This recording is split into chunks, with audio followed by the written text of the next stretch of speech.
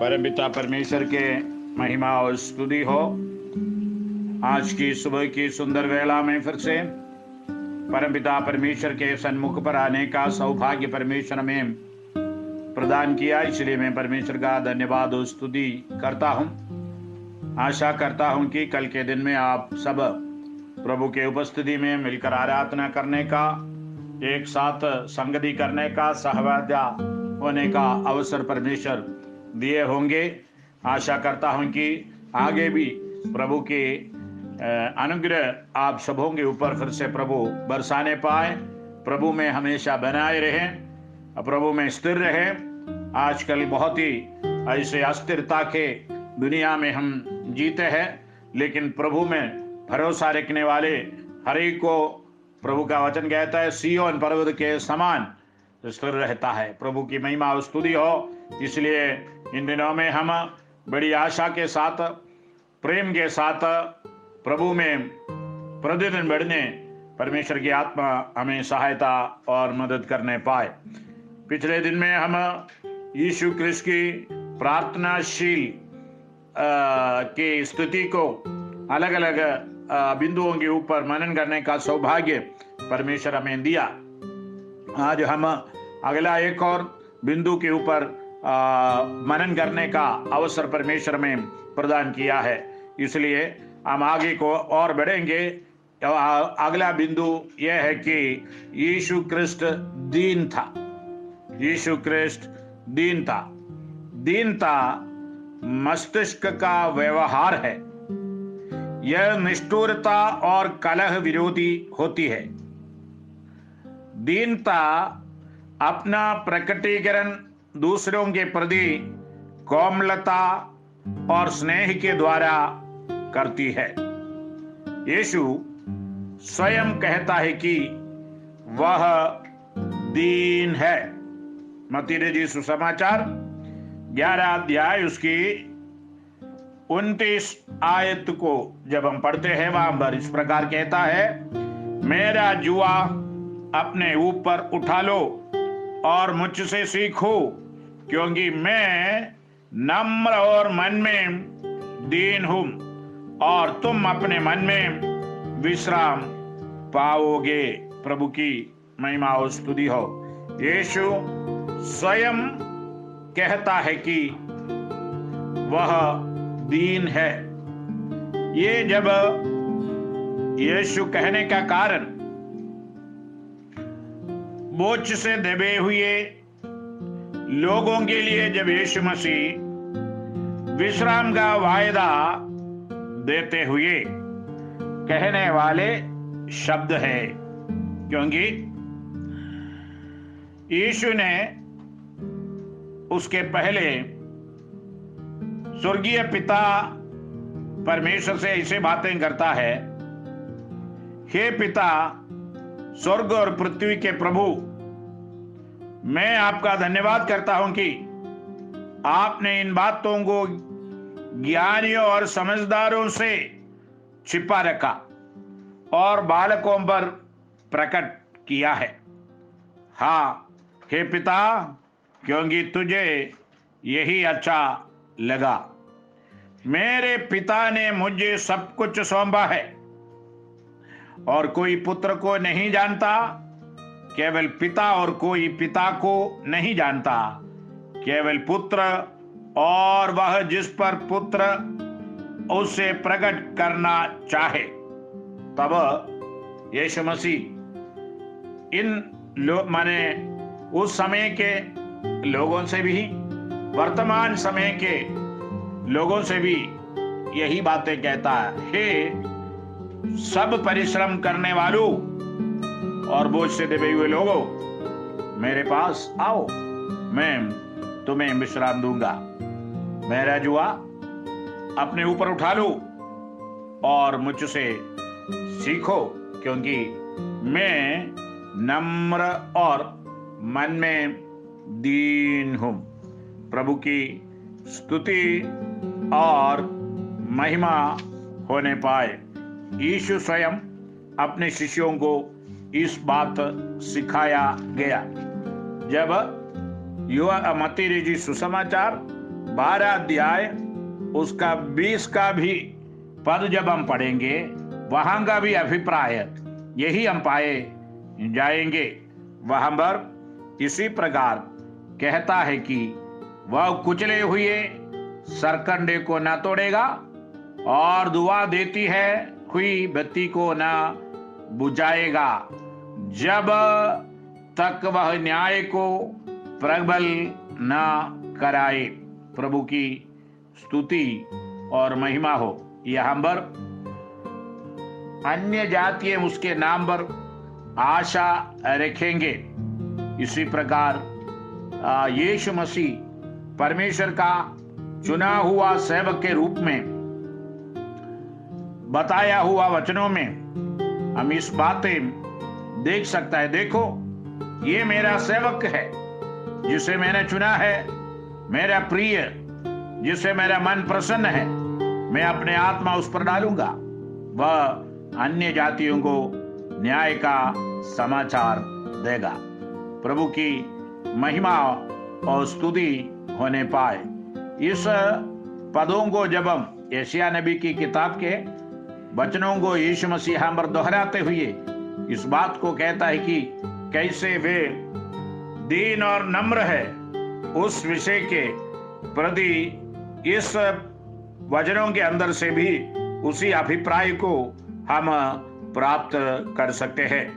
पौलुस ने कुरिन्थियों से ये प्रश्न किया, जब हम पहला कुरिन्थियों की पत्री 4 अध्याय उसके 21वां पद को जब हम पढ़ेंगे, वहां पर इसी प्रकार उस वचन हमें बताता है कि तुम क्या चाहते हो, क्या मैं छड़ी लेकर तुम्हारे पास आऊं, या प्रेम और नम्रता की आत्मा के साथ। जब पौलुस प्रेरित कुरिन्थियों से यही प्रश्न पूछता है कि क्या मैं प्रेम के साथ आऊं और नम्रता की आत्मा के साथ आऊं। ये सवाल वो करता है, किस प्रकार मैं आपके पास आने से तुम्हारे बीच के झगड़ा दूर हो जाएगा।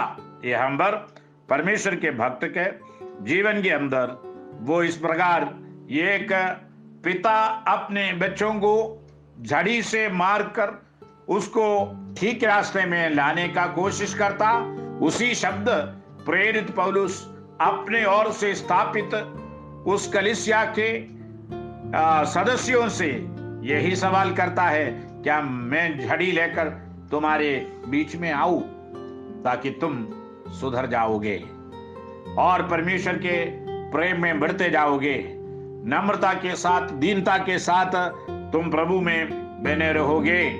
ये सवाल करता है। मेरे कहने का तात्पर्य है, यीशु जैसा दीन था, नम्र था, उस दीन स्थिति हमारे भी व्यक्तिगत जीवन से परमपिता परमेश्वर चाहता है। जब हम गलतियों की पत्री 6 अध्याय में हम इसी प्रकार देख सकते हैं कि गलतियों की पत्री 6 का 1 में, हे भाइयों, यदि कोई मनुष्य किसी अपराध में पकड़ा भी जाए तो तुम जो आत्मिक हो नम्रता के साथ ऐसे को संभालो और अपने भी चौकसी रखो कि तुम भी परीक्षा में ना पड़ो। यहाँ पर एक दूसरे को सहायता करने हेतु प्रेरित पौलुस कहता है, यदि किसी मनुष्य अपराध में पकड़ा भी जाए तो तुम जो आत्मिक हो, प्रेज़ गॉड, हम दूसरे के अपराध को कई बार क्षमा करना या उसके अधर्मों को माफ करना हमसे मुश्किल होता है,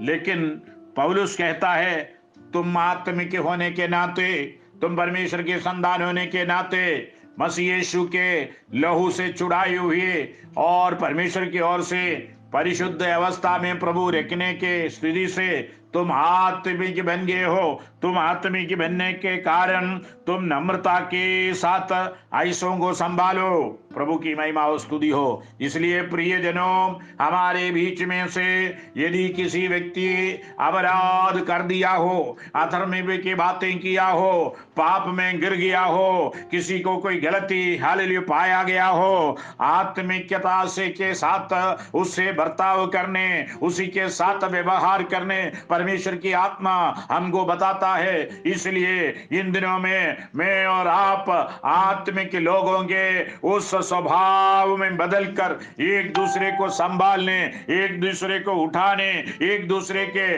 बोझ को उठाने परमेश्वर की आत्मा इन दिनों में हमको सहायता करने, परमेश्वर की आत्मा हमें सहायता और मदद करने पाए। प्रभु की स्तुति और महिमा हो। यहाँ पर परमेश्वर के वचन कहता है कि तुम आयुषों को संभालो और अपनी चौकसी रखो कि तुम भी परीक्षा में न पड़ो। तुम एक दूसरे का भार उठाओ और इस प्रकार मसीह की व्यवस्था को पूरी करो।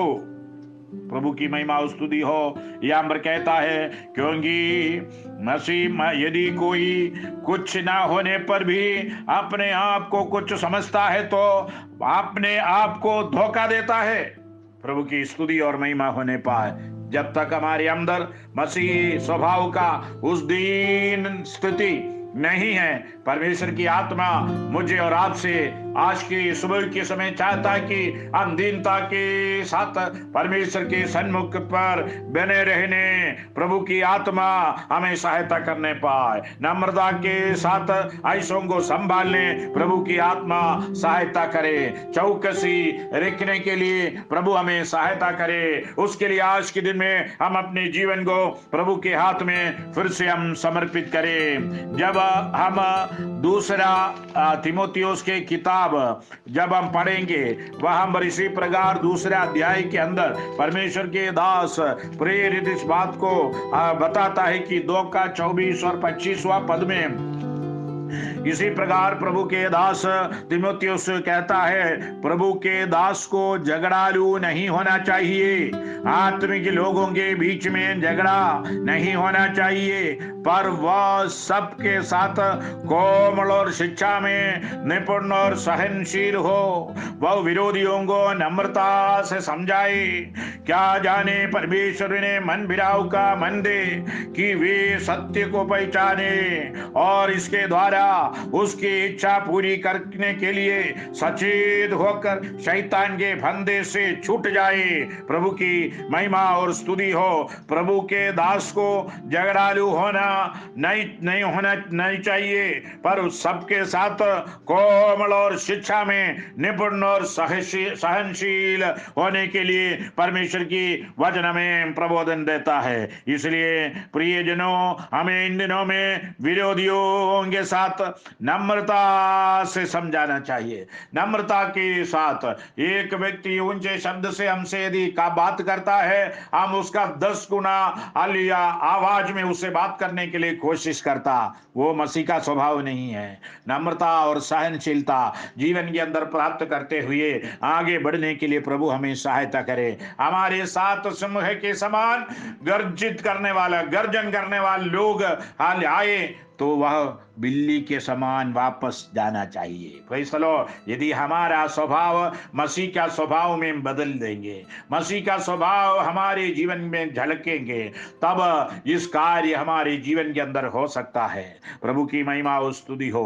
प्रभु की अनुग्रह हमारे ऊपर परमेश्वर उंडेलने पाए। हमें ऐसे कई अनुभव हालेलुया है। हालेलुया। अभी जो हम पुलिस को बुलाएंगे, अभी हम हालेलुया ये करेंगे वो करेंगे करके चिल्ला के आया हुआ व्यक्ति, हालेलुया थोड़ी देर हम जब आप बात किया, वो बड़ी नम्रता के साथ हालेलुया उसने उस घर के अंदर प्रवेश कर, गेट के अंदर भी हालेलुया आना नहीं चाहा, बाहर चिल्ला रहा था। हम भी उन्हीं के पास जब गया, बातें किया, समझाया, उसी आदमी उस घर के भीतर बैठकर हालेलुया चाय पी के अपने घर में वापस गया। मेरे कहने का तात्पर्य है, हम मसीह का स्वभाव दीनता के साथ अन्य व्यक्तियों के साथ व्यवहार करेंगे, बर्ताव करेंगे, वह हाल प्रभु की आत्मा उसके हृदय में काम करेगा। प्रभु की महिमा उस चाहे वो कितने अधिक हालेलुया गरजते हुए आए, परमेश्वर का वचन उसके हृदय में काम करेगा। प्रेज़ गॉड, प्रभु की महिमा और स्तुति हो, प्रभु की अनुग्रह हमारे ऊपर न। हमने ऐसे ऐसे कई गवाही मैंने जीवन के अंदर देखा। यहाँ पर इंद्रपुरी में हम जहाँ पर पहले रहते थे, वहाँ पर पास में एक जुग्गी है। वो जुग्गी के अंदर जो हमेशा झगड़ा होता है। हम ऐसे गाड़ी से जाते समय एक पति और पत्नी और एक घर एक तरफ, दूसरे चार घर माने चार लोग दूसरे तरफ आपस में गाली गलौज करके एक दूसरे को मार रहा है, पीट रहा है। प्रभु की महिमा और स्तुति हो। हम वहां पर गाड़ी रोके ऐसे प्रार्थना किया कि प्रभु इसके पीछे काम करने वाले अंधकार की ताकतें, शैतान की ताकतें इसी समय बंद हो जाए, इसी समय उसके सारे पतदियां विफल हो जाए। यही मैं वो हालेलुया हाथ उठाकर स्वर्ग की ओर अपने हाथ उठाकर गाड़ी में बैठकर ऐसे प्रार्थना किया।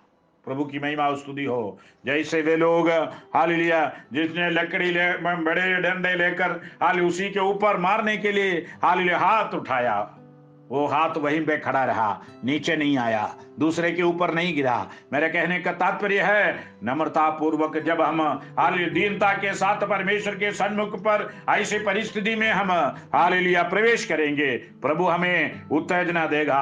अपराधों को हालेलुया इनके अपराधों को क्षमा कर, प्रभु जी इनके पीछे जो काम करने वाले शक्तियों को दूर कर। यदि हम परमेश्वर से इसी प्रकार प्रार्थना करेगा, प्रभु अद्भुत कार्य आज भी कर सकता है। मैं यीशु ने ये दीनता का प्रकटीकरण कुचले हुए सरकंडे को तोड़कर नहीं, पर न ही दुआ देती बत्ती को बुझाकर किया है। उसने कुचले हुओं से नम्रता का व्यवहार किया और बुझती हुई अग्नि को प्रज्वलित किया। प्रभु की महिमा और स्तुति हो। वही अनुभव, वही स्वभाव हमारे भी जीवन के अंदर प्राप्त करते हुए, लागू माने जीवन के अंदर लेते हुए चलने के लिए प्रभु की आत्मा हमें इन दिनों में बलवंत करने पाए। प्रियजनों, आज परमेश्वर की आत्मा हमसे चाहता है, क्रोध कोप हालेलुया हमेशा स्थिर नहीं रहता है।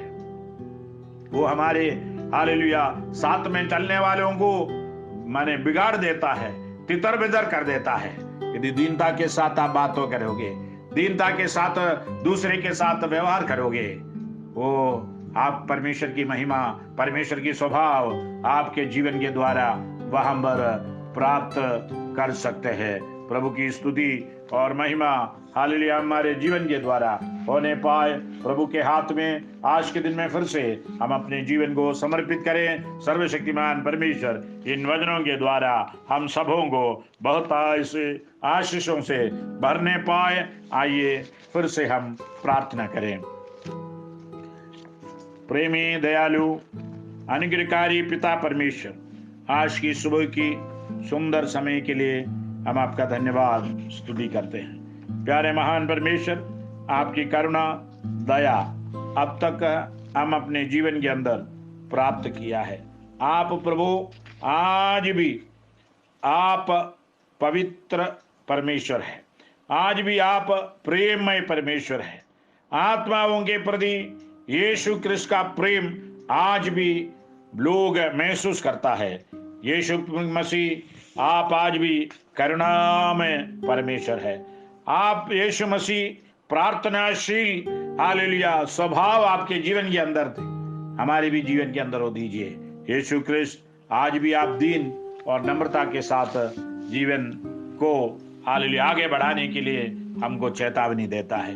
प्रभु जी, हम आपके चरणों पर अपने जीवन को समर्पित करते हैं। आपके स्वभाव में हमारा स्वभाव बदलने पाए, हम दीन और नम्र होकर चलने के लिए मदद कीजिए। प्रभु, दीनता को हम इन दिनों में अपने जीवन में देने के लिए मदद कीजिए। आगे दूसरों के अपराधों को माफ करने आप हमें सहायता कीजिए। प्रभु, आपके बलवंत हाथ में समर्पित करते हैं। आज के दिन में हमें दिया हुआ इस सुंदर संगति के लिए धन्यवाद देते। प्रभु, इस वचन के सामने हम अपने जीवन को फिर से समर्पित करते हैं। हमें सुनने वाले हर एक भाइयों को, बहनों को, बच्चों को आपके बलवंत हाथ में हम समर्पित करते हुए पिता पुत्र पवित्र आत्मा के नाम से हम उनको आशीषित देते हैं। वे आशीष की कारण बनने पाए। आप उनको मार्गदर्शन दीजिए, उनकी इच्छाओं को पूरी कीजिए, उनकी हर परिस्थिति को बदल दीजिए, उनके तनाव को दूर कीजिए, रोगों को दूर कीजिए, चंगाई की आत्मा आप दीजिए प्रभु। अनुग्रहकारी परमेश्वर, उनके आंसुओं को आप देकर इन दिनों में आप उत्तर दीजिए प्रभु। दिया हुआ इस सुंदर संगति के सबकी रक्षा और अगुवाई कर आपकी महिमा के लिए इस्तेमाल कर। आदर महिमा आपको देते इस बिंदी यीशु के नाम से मांगते हैं, सुनने और ग्रहण कीजिए पिता। आमेन आमेन। परमपिता परमेश्वर की असीम आशीषें आपके जीवन के अंदर परमेश्वर प्रदान करें। धन्यवाद धन्यवाद।